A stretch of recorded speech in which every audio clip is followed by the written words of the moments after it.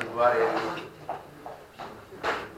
Pues yo creo que 15 o 20 minutos, ¿no? Para que tengamos tiempo para el debate después, ¿no? Las cosas que no hayan salido en la presentación siempre pueden salir luego en el debate.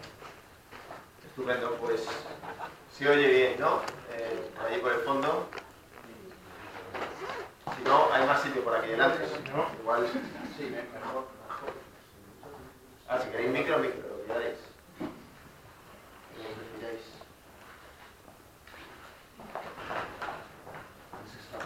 Sí, está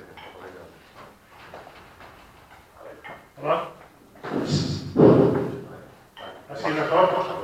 Un poquito más bajito. Sí, que bien los vecinos. Prueba.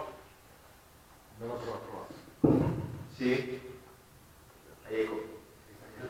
Sí. Iba a hacer un chiste, pero era demasiado malo.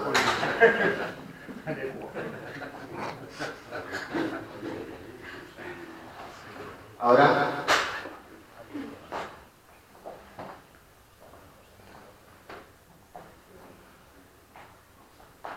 Sí, ahora mejor. Sí. Bueno, pues lo dicho, agradecer, por supuesto, a los compañeros y compañeras de EQUO la invitación y la organización de este acto.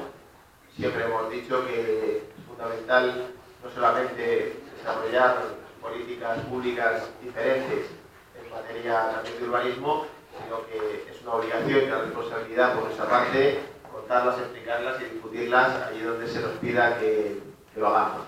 Es como digo, una obligación y también para mí un placer estar aquí pudiendo discutir esta tarde sobre este tema tan relevante para la ciudad de Madrid y en particular para nuestra acción de gobierno en este momento donde parece que estamos avanzando hacia una solución que entendemos que es buena para la ciudad y trataré de explicaros los motivos de por qué entendemos que es así. Por supuesto, agradecer a Luis también en fin, que actúe casi como sparring, ¿no? A Luis le tengo además un particular respeto, creo que es un reconocido urbanista y teórico también del urbanismo y de la construcción de la ciudad, y por lo tanto nada más que digo, agradecer que se haya prestado y que se ofrezca a participar en este tipo de espacios. Y por supuesto agradeceros a todos y a todas la asistencia presencial a este acto. Ahora que lo presencial está tan cuestionado, ¿no? Os habéis ganado un máster. Solo para estar aquí una tarde de lunes discutiendo sobre la operación Chamartín. Creo que ha llegado nuestra moderadora, ¿no?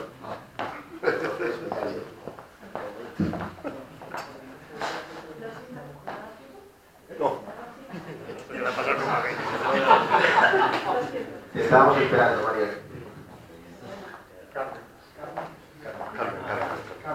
Perdonad, ¿de verdad que quiere que a las 7? Yo tengo a las 7 en la información. Ha sido un error de información porque pensaba que era las 7. Hola, buenas tardes. Yo soy Carmen y vengo tarde. Bueno, había hecho ya una pequeña presentación de los ponentes. ¿Sí, no? Y estaba ya José Manuel diciendo. Para que veas. Y eso son las 6. Bueno, vamos a ver. Traigo mi chuleta. Gracias. A ver. Bueno, pues si ya os he presentado. Ya les empezado a hablar. Entonces, simplemente continúa, por favor, y perdóname que he llegado tarde. Ya sabéis un poco la que trata cada uno. Sí. Bien, pues entramos en materia. Por situar un poco el contexto. Como bien ha dicho Ramón, esta operación no es nueva. Lleva casi un cuarto de siglo dando vueltas por distintos despachos, por las distintas administraciones que se han visto implicadas y que han tenido competencias y responsabilidad en su desarrollo. La operación Chamartín se monta, se inicia en el año 93 con Joaquín Leguina como presidente de la Comunidad de Madrid, con Álvarez del Manzano como alcalde del Ayuntamiento de Madrid y con José Borrell como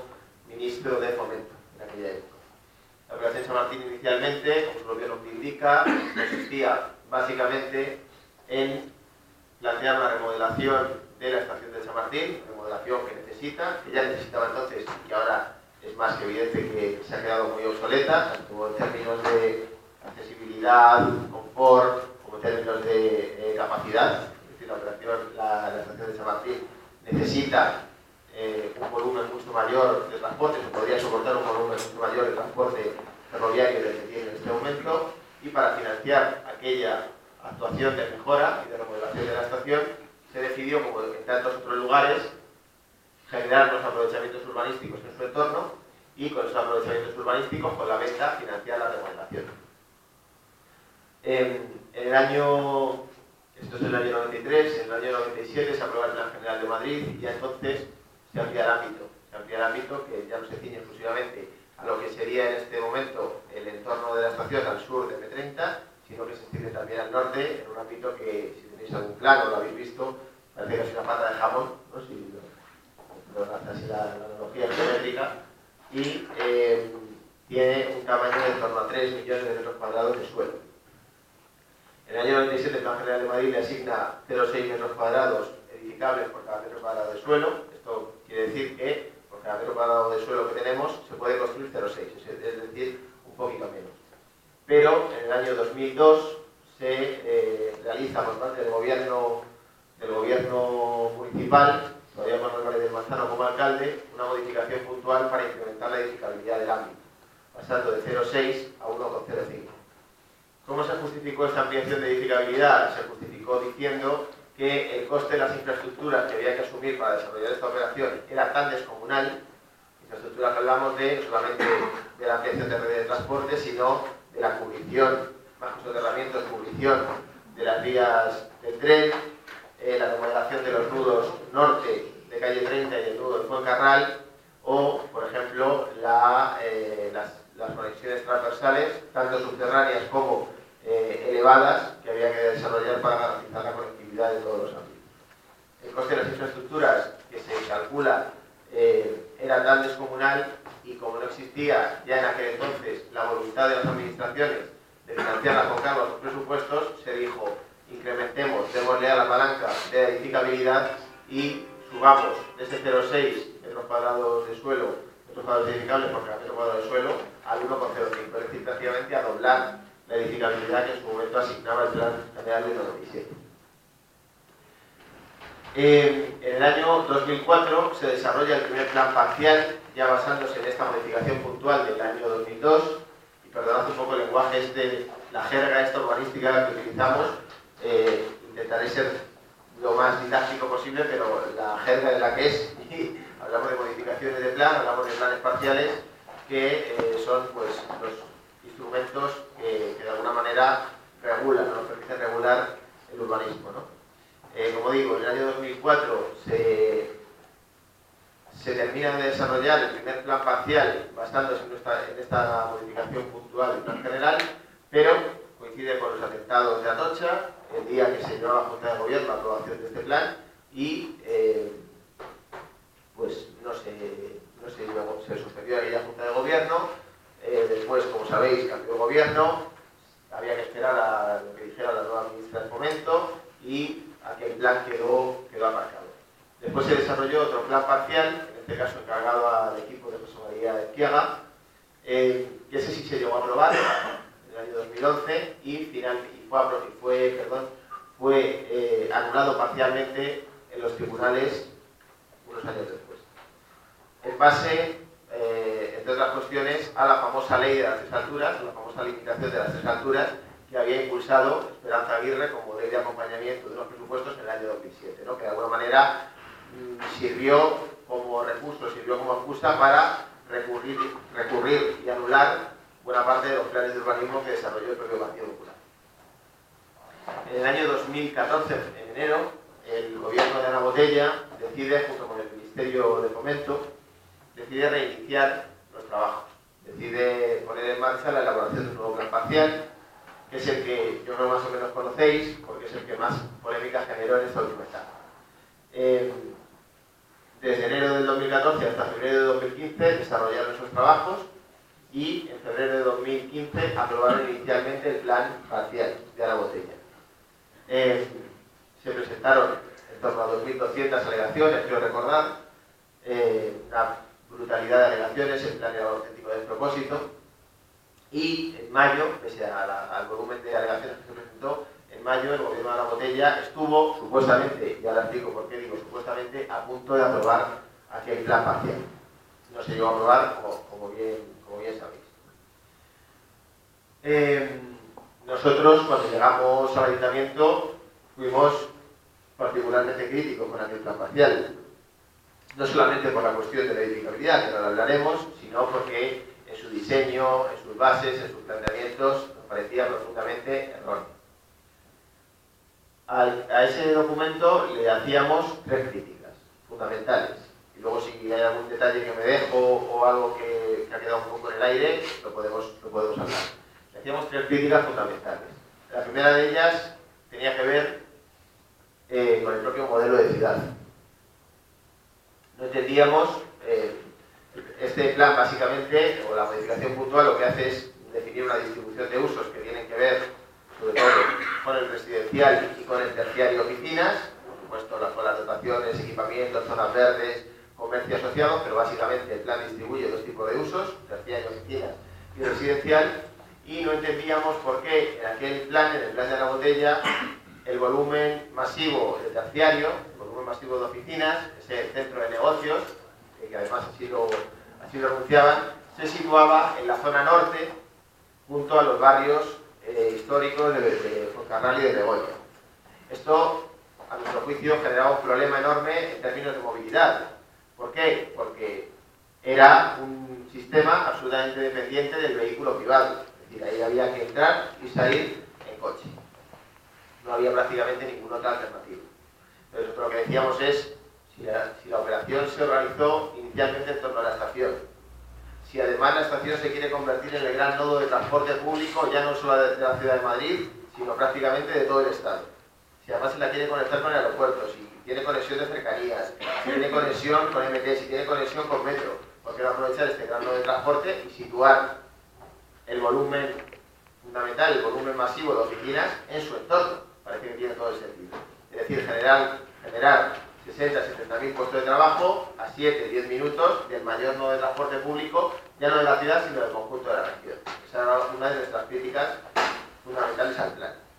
Y al norte, sin embargo, parece que tiene más sentido un desarrollo de carácter mayoritariamente residencial, de menor escala, de menor volumen, de menor volumetría, de lo que se plantearía al sur. El otro aspecto muy criticable a nuestro juicio tiene que ver con la edificabilidad, pero no con la edificabilidad asignada. La edificabilidad no es ni buena ni mala, es como el colesterol. Pues no hace falta tener algo de colesterol, si tienes un exceso empieza a funcionar mal el organismo. La edificabilidad que tiene asignado el ámbito de Chamartín, en términos si queremos, absolutos, no es, en términos globales, está sobredimensionada. En términos de índice, no es exagerada. 1,05 metros cuadrados edificables por cada metro cuadrado de suelo no es una edificabilidad alta, o particularmente alta, y hay urbanistas que no me dejarán mentir. ¿Cuál era el problema? ¿Cuál era nuestra crítica a esa edificabilidad? Es que se producía se produce, y además sigue pasando, se producía un incremento artificial de edificabilidad. ¿Por qué? Porque se permitía, y así lo habilita la ley del suelo de la Comunidad de Madrid, se permitía computar las vías del tren que no se transformaban. Cuando hablo de transformar, ¿a qué me refiero? Hay una parte de vías que se plantea su cubrición, fundamentalmente en la zona al sur de calle 30, la zona que está junto a la estación de San Martín, en el inicio de las de vías, se cubre. Ese suelo se transforma. El suelo era ferroviario y cuando se cubra dejará de ser ferroviario, o será ferroviario en el nivel -1, pero en la cota de la calle, en el nivel 0, tendrá uso de zona verde, de equipamiento, de vivienda, de lo que sea. Ahí, vale, es un suelo que se ha transformado. Pero al norte, el suelo no se cubría. Las vías del tren seguían siendo vías del tren, y encima de las vías lo único que había es aire, excepto en algunos puntos donde se planteaban las pasarelas. Sin embargo, ese suelo que no se transformaba generaba edificabilidad. Y ahí era nuestra gran crítica, nuestra crítica fundamental a la edificabilidad. ¿Qué decíamos? Que el 105 no nos parece mal. El 105 no es ni bueno ni malo. ¿Qué nos parece mal? Que el 105 se aplique a las vías. ¿Y qué decíamos? Hay que excluir los suelos que no se transforman del cómputo de la edificabilidad. Es algo que me parece bastante razonable. La tercera gran crítica tiene que ver con las prioridades. El plan de Ana Botella establecía un programa de inversiones que, una vez que lo habían calendarizado, se veía que había algo raro. Es decir, que parece que se primaba, quiero decir, era bastante evidente, que se primaba las necesidades de amortización de las inversiones del tercer actor, en este caso del banco, frente a las necesidades de la ciudad. Y me explico. La remodelación del nudo norte, que parece que es una actuación bastante necesaria, ¿no? Sobre todo los y las que vivís allí lo sabéis. La remodelación del nudo norte no se iniciaba hasta el año 7 de aprobado el plan. Hasta el año 7 no, perdón, hasta el año 10. La remodelación de la estación, que era el origen de toda esta operación, no se iniciaba hasta el año 14 de aprobado el plan. Y la famosa cubrición de vías, la famosa losa, no se iniciaba hasta el año 18 de aprobado el plan. Nosotros lo que decimos es, si existe un contrato entre ADIF y DCE, que nos puede gustar más o menos, pero bien, lo aceptamos, porque somos la administración municipal, no depende de nosotros, no es un contrato que dependa, en este caso, de nuestras competencias. Si ADIF está decidido a vender unos suelos que ahora son del entorno ferroviario y que van a pasar a manos, en este caso, del privado, del banco o de su filial, Distrito Castellana Norte. Si esto va a ocurrir y ADIF va a tener unos ingresos importantes por la venta de estos suelos, no nos parece bien que se haga así, pero bueno, lo podemos aceptar. Eso sí, que esas inversiones, que esos ingresos repercutan en las infraestructuras necesarias para la ciudad de Madrid, fundamentalmente en lo que tiene que ver con la estación. Y ahí, pues, establecimos que la prioridad debía ser, en cualquier caso, la estación por encima de cualquier otra función. Estas y otras críticas, plantear el modelo de ciudad alternativo, etcétera, lo recogimos en un documento que denominamos Madrid Puerta Norte y que presentamos como alternativa en mayo del año 16, cuando elevamos al Pleno del Ayuntamiento de Madrid la anulación del plan de Ana Botella. Por eso os decía, y ahora me explico, porque os decía que el plan de Ana Botella supuestamente estuvo a punto de aprobarse. El plan de Ana Botella vendían, o siguen vendiendo incluso que estuvo a punto de aprobarse, pero no es así. Nosotros, en mayo del año 16, elevamos al Pleno la anulación del plan de Ana Botella, basándonos fundamentalmente en que ninguna de las partes, ni el Ayuntamiento, ni la Comunidad, ni el Ministerio de Fomento, ADIF, ni el propio actor privado, ni la propia empresa, habían suscrito el convenio de gestión necesario, que era una condición necesaria para poder aprobar el plan parcial. Y en base a esa carencia, en base a que ese convenio no se había suscrito y que había transcurrido más de un año del plazo necesario, el plazo previsto para poder suscribir ese convenio, nosotros elevamos al Pleno, contamos con el apoyo del PSOE, la anulación del plan de Ana Botella. Una decisión que, por cierto, fue recurrida inmediatamente por la Comunidad de Madrid, por el Ministerio, por ADIF, por el banco, etcétera, ¿no? Por todos los, por el resto de actores que se sentían perjudicados por esa decisión. Nosotros elevamos la anulación y dijimos, pero nosotros no estamos aquí para decir que no se haga nada. De hecho, yo creo que no hacer nada, aunque darle una patada para adelante a los problemas, no lo resuelve. Lo único que hace es aplazarlos, o en cualquier caso, casi siempre complicarlos. Lo que nosotros dijimos es, nuestra alternativa es Madrid Puerta Norte, basándonos en estos criterios que os he expuesto y en otros que seguramente no son tan relevantes, pero que también completaban ese proyecto. Y dijimos, pero Madrid Puerta Norte no es un proyecto cerrado. Madrid Puerta Norte es un documento, de hecho así lo llamamos, está en la página web, lo podéis comprobar, documento de bases y estrategias para la reconsideración de la llamada Operación Chamartín. Y dijimos, si en algún momento el resto de actores, el Ministerio de Fomento, DCE, Comunidad de Madrid, se quieren sentar a revisar este plan, ayuntamiento lo hace y lo quiere hacer, basándonos siempre, o partiendo, tomando como base el documento Madrid Puerta Norte. Cuando cambia el gobierno, no cambia, sigue Rajoy, pero cambió el titular del Ministerio de Fomento, dejó de ser Ana Pastor y pasó a ser Íñigo de la Serna. El Ministerio de Fomento y Adif nos traslada al ayuntamiento su voluntad de sentarse de nuevo a negociar un nuevo plan. Y les dijimos esto mismo, estupendo. Sobre la base de Madrid Puerta Norte, nos sentamos a negociar un nuevo plan. Esos trabajos se desarrollaron a lo largo de todo el año pasado y en julio llegamos a un acuerdo que no es ni siquiera un proyecto todavía, es un acuerdo de bases para el desarrollo de este plan. Y este acuerdo recoge estas cuestiones que os he comentado. Recoge que el modelo de ciudad tiene que ver con la disposición del terciario de oficinas en el entorno de la estación, la reducción de la plaza de aparcamiento para apoyar el sistema de movilidad en transporte público, que recoge también la extracción de los suelos que no se transforman del cómputo de edificabilidad, que recoge también la nueva priorización de las inversiones en infraestructuras necesarias para la ciudad, que recoge además un criterio fundamental que hemos aplicado en este y en otros planes, que es la ampliación de las cesiones a la ciudad. Nosotros pasamos de un 10% de cesión que fija la ley a un 20% de cesión en vivienda protegida que el Ayuntamiento de Madrid recibiría para poder desarrollar en torno a 4.000 viviendas, con las edificabilidades que en este momento están previstas, viviendas de protección pública en régimen de alquiler social en el norte de Madrid.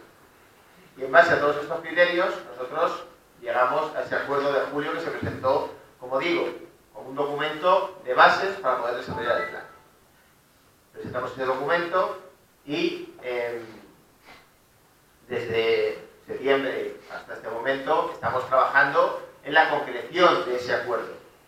En la concreción de ese acuerdo en una ordenación pormenorizada específica, donde ya se recojan no solamente números, sino que se recoja estructura urbana, diario, sistema de transporte, tamaño de manzanas, usos de las manzanas, disposición de los equipamientos y también volumetría, cómo va a ser la edificación resultante en este nuevo ámbito.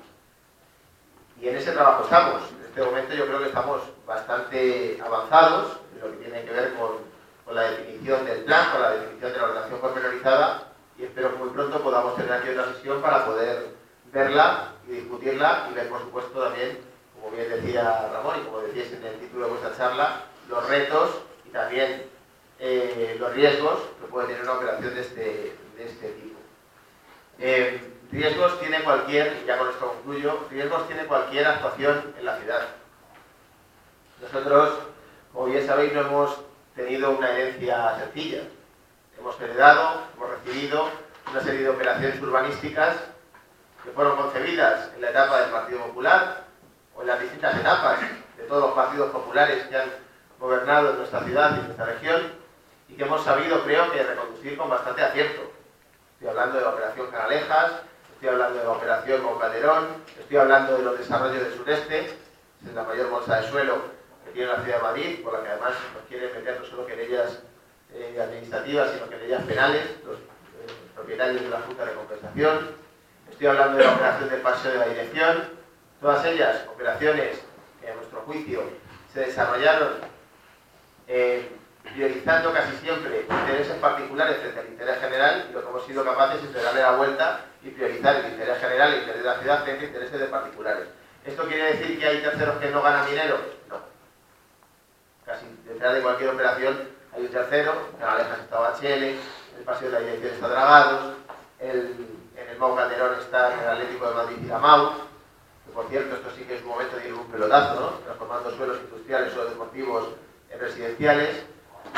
O en el propio sureste pues están esta Junta de Compensación, está el Sareb y están tantos fondos buitre, están tantos agentes privados que de luego su objetivo nunca ha sido el interés general y la defensa de la ciudad y del buen urbanismo, ¿no? Para eso está el ayuntamiento, para eso está la tutela pública de estos procesos, para garantizar, como digo, que se priorice el interés general frente a los intereses particulares, sabiendo que estos siempre van a estar presentes y que son un actor más con el que hay que convivir, con el que hay que trabajar, con el que hay que negociar, y por supuesto, sabiendo que es el ayuntamiento quien tiene la competencia y la capacidad para definir, en última instancia, el modelo de ciudad y el diseño del planeamiento concreto. Muchas gracias. Gracias a José Manuel Calvo, delegado de Desarrollo Urbano Sostenible del Ayuntamiento, y damos la palabra a Luis Gómez Carreño, miembro de la Comisión de Organización de Ecologistas en Acción. Si no os importa, yo me voy a poner ahí para poder pasar las diapositivas y luego cuando... Pues casi no, porque se las tengo que ir leyendo yo. Y luego me pongo aquí otra vez para el coloquio.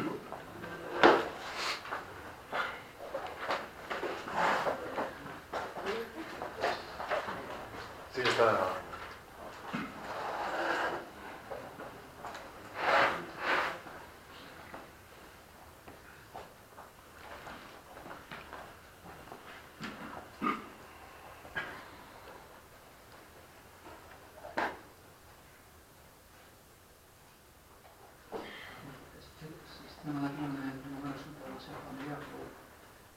Buenas tardes y muchas gracias por su presencia y por participar en este acto. Muchas gracias también a ECUO por organizarlo y muchas gracias a José Manuel por su presencia aquí representando al área de desarrollo urbano sostenible y al ayuntamiento, y también por haberme dedicado unas palabras demasiado generosas.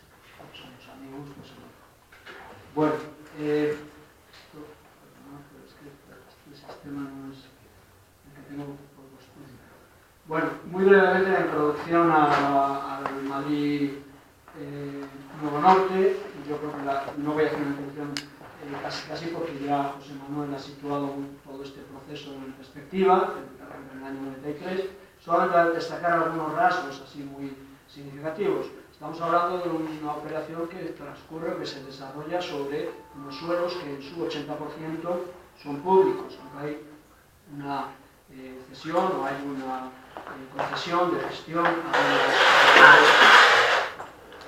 a unos operadores privados, pero destaquemos o mantengamos siempre presente ese dato. Es una operación que también lo ha señalado José Manuel, que tiene una importancia estratégica en la región.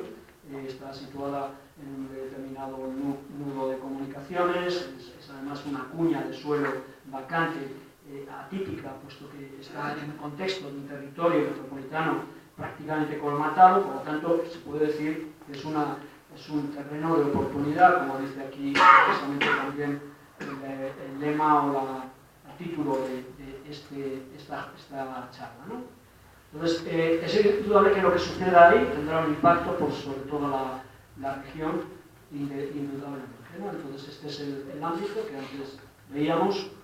Vemos incluso ya sobre este mismo planito del callejero, de la cartografía municipal, pues vemos un poco toda la red arterial tan sumamente importante y tan sumamente relevante que rodea y que se sitúa en este ámbito, ¿no? Del norte del municipio. Vemos estos nudos, que son también focos o nodos del transporte privado de la ciudad. Vemos que también hay una tupida red de transporte público en el entorno, tanto de metro, de cercanías, trenes de alta velocidad y de larga distancia. En fin, hay todo un nodo, y bueno, por supuesto autobuses urbanos y metropolitanos, etc. En el contexto de la operación también, a destacar, se sitúa un elemento que es determinante. Hay una deuda monumental de Adif Renfe, es una empresa hiper endeudada. Hace poco ha salido en los medios de comunicación que es ahora ya la primera empresa pública en tamaño de deuda, por encima incluso del FROB, el Frente de Rescate el Fondo de Rescate de los bancos. Ahora mismo la deuda de Adif Alta Velocidad son 18.000 millones de euros, como acabamos de conocer en los medios de comunicación.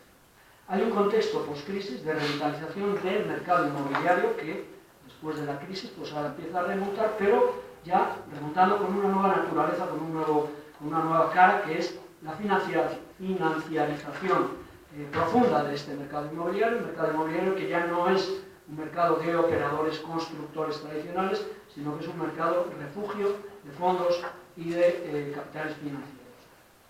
Se sitúa además geográficamente sobre la prolongación de la Castellana, tras el gran pelotazo de la ciudad deportiva del Real Madrid, lo que llaman las Torres Florentinas, Es decir, que hay un espacio de gran oportunidad que se está produciendo y que además coincide pues, con toda una serie de desarrollos terciarios, oficinas, la residencial de lujo, etc., no solamente ya en el arco norte de nuestro municipio, sino también en el conjunto de los municipios próximos, Alcobendas, San Sebastián de los Reyes, etc.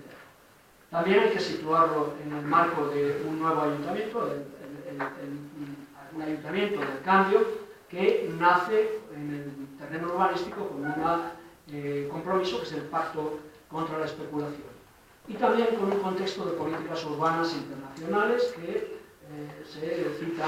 nos citan incluso los propios promotores de esta operación, no se cansan de citar, que es la nueva agenda urbana, que bueno, coincide con otra serie de principios y planteamientos de sostenibilidad, de equidad, de inclusión, etcétera, etcétera, que luego comentaré algunas cuestiones que de alguna manera a veces parece que son palabras huecas porque todos nos reclamamos incluso con políticas y con propuestas absolutamente contrapuestas. Aquí tenemos algunos esquemitas muy simples. Estos son dos planos de la cartografía municipal donde vemos lo que era el norte del municipio en el año 90 y lo que ha sido en el año 2005, un poco para que veamos un poco cómo se está y cómo ha ido desarrollándose y formatándose territorialmente ese arco, ¿no?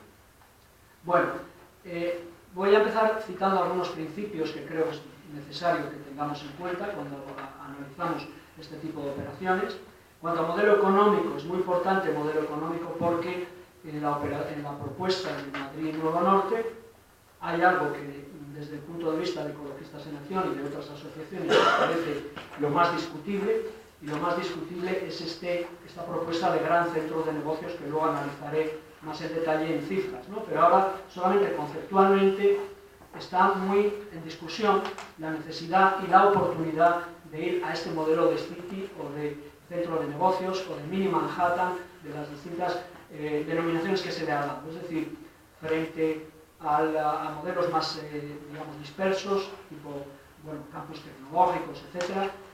Se menciona también incluso la paradoja del BBVA. El BBVA ha ido en su propia implantación como empresa, ha ido a un modelo absolutamente distinto, al de la City, ha ido a estos modelos de ciudades corporativas, ¿no? Citando un estudio que se ha presentado, una serie de artículos que se han presentado últimamente por parte de Félix Arias y Francisco López Bro, que citaré en varias ocasiones, las inversiones inmobiliarias en el sector de oficinas prime en el actual modelo de capitalismo financiarizado no se rige por el impulso de la demanda real, sino por los flujos especulativos, centrándose especialmente en unas pocas ciudades globales. Es decir, el modelo de mini Manhattan, el modelo de centro de negocios, no es tanto algo de lo que se tenga constancia que requiere, se necesita el desarrollo productivo, el desarrollo social y económico de nuestro país, sino que responde más bien a un modelo que requiere el capital financiero simplemente por su propia lógica especulativa y por su propia lógica de revalorización de activos. Y este es un elemento absolutamente crucial en la propuesta de Madrid Nuevo. Estamos además en un territorio desequilibrado y segregado. Madrid, como todos ustedes saben bien, si trazáramos una línea del noroeste al sureste, pues tendríamos, o mejor dicho, del noreste al sureste, al suroeste, tendríamos claramente dos hemisferios, dos espacios bastante antagónicos, bastante dual en el sentido social, en el sentido económico, en el sentido territorial urbanístico. Y estas propuestas deberían ir en un sentido de equilibrar y en un sentido de profundizar la segregación y el desequilibrio. Se dice que el ámbito de la operación Chamartín es el único posible para implantar oficinas de estas de lujo, de prime nivel, ¿no? Pero nosotros pensamos que esto no está demostrado. Hay muchas cuestiones que son a priorismos, que se dan como axiomas indiscutibles, como por ejemplo el hecho de que en torno a la operación Chamartín, debido a sus enormes ventajas de comunicación, es el único lugar en el que es posible fomentar la implantación de oficinas de alto nivel económico, de alto nivel, digamos, competitivo, etc. Creemos que esto no son cuestiones que están demostradas. Como luego comentaré, hay otros emplazamientos en la Comunidad de Madrid que podrían podrían reequilibrar el modelo, ¿no?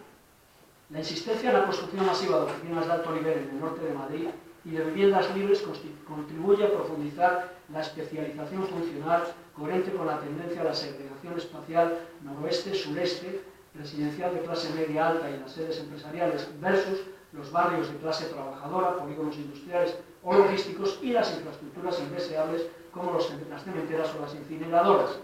La operación supone una oportunidad perdida para el reequilibrio de la ciudad, sobre todo si tenemos en cuenta la propiedad pública mayoritaria de los terrenos. La exclusión de los usos industriales, incluso los ya existentes en el ámbito a los que se combina marcharse de tan privilegiada ubicación, tampoco contribuye al reequilibrio territorial. Son palabras que cito también del estudio de Arias y Lothar.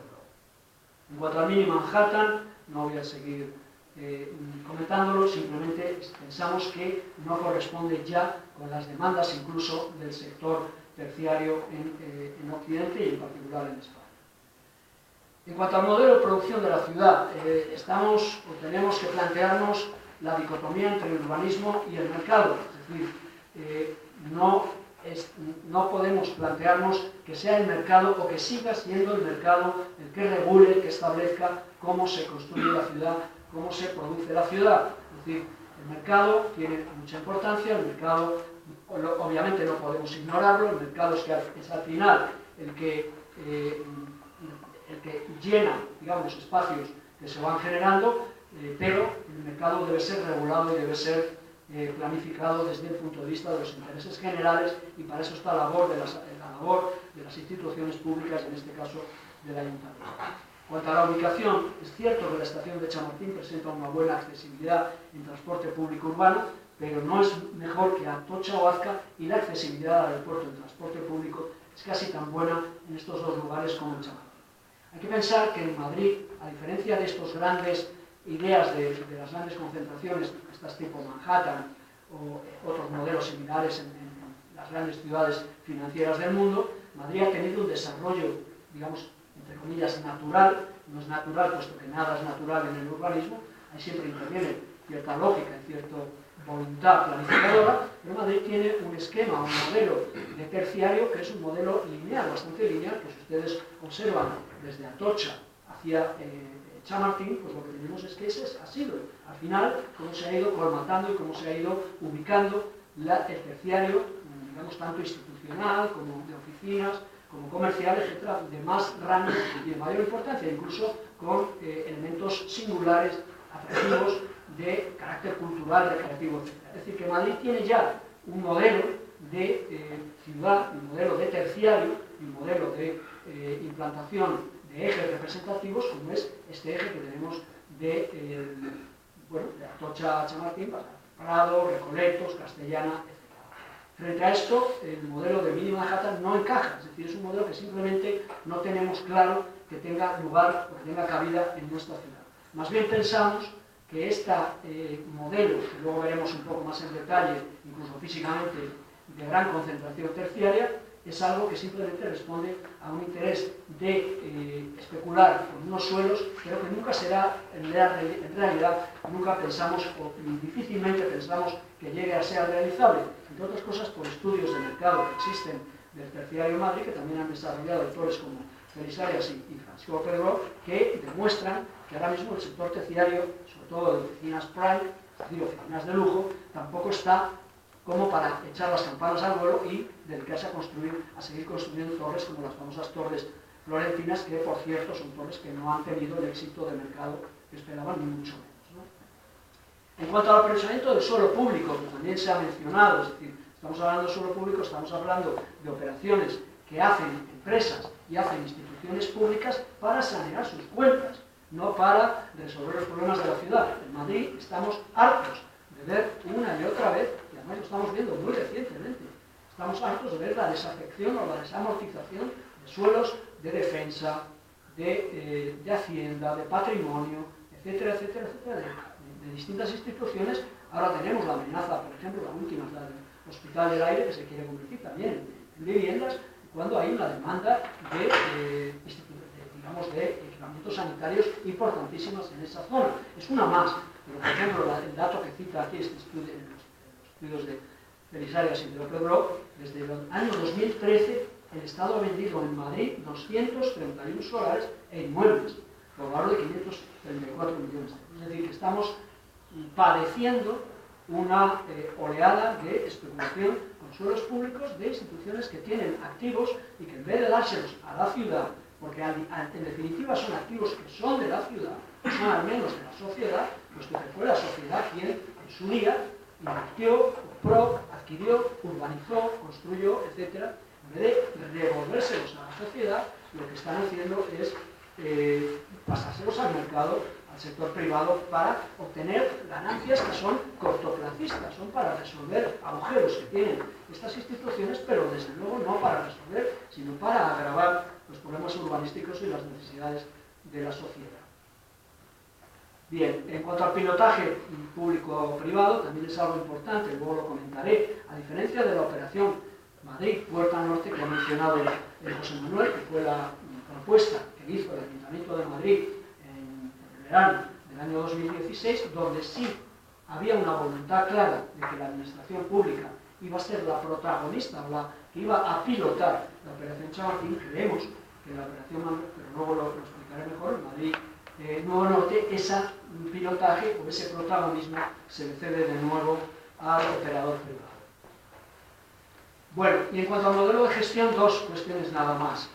En cuanto a la participación, por algún motivo que desconocemos, después del acuerdo Madrid-Puerta Norte, a mediados del año 2016, mediados finales del año 2016, en un momento dado, el Ayuntamiento decide iniciar un proceso de negociación, que también ha mencionado José Manuel, con los operadores y con los promotores de CN, el Distrito Castellana Norte, y ese es un proceso que ya se realiza sin publicidad, es decir, se realiza sin participación de la sociedad civil, y es a través de ese proceso cómo se llega a Madrid Nuevo Norte. Por lo tanto, nosotros, como parte de la sociedad civil, en concreto nuestra asociación y algunas otras que nos hemos manifestado críticos respecto a este acuerdo, hemos sido ajenos y hemos sido, digamos, de alguna manera ignorados en este acuerdo, y a partir de ese momento, a partir de su presentación en julio de 2017, ya no hemos vuelto a tener ninguna oportunidad de, más que, digamos, a través de estos foros y a través de nuestros propios manifestaciones públicas, ¿no? Y la existencia de este operador privado en cuanto a modelo de gestión.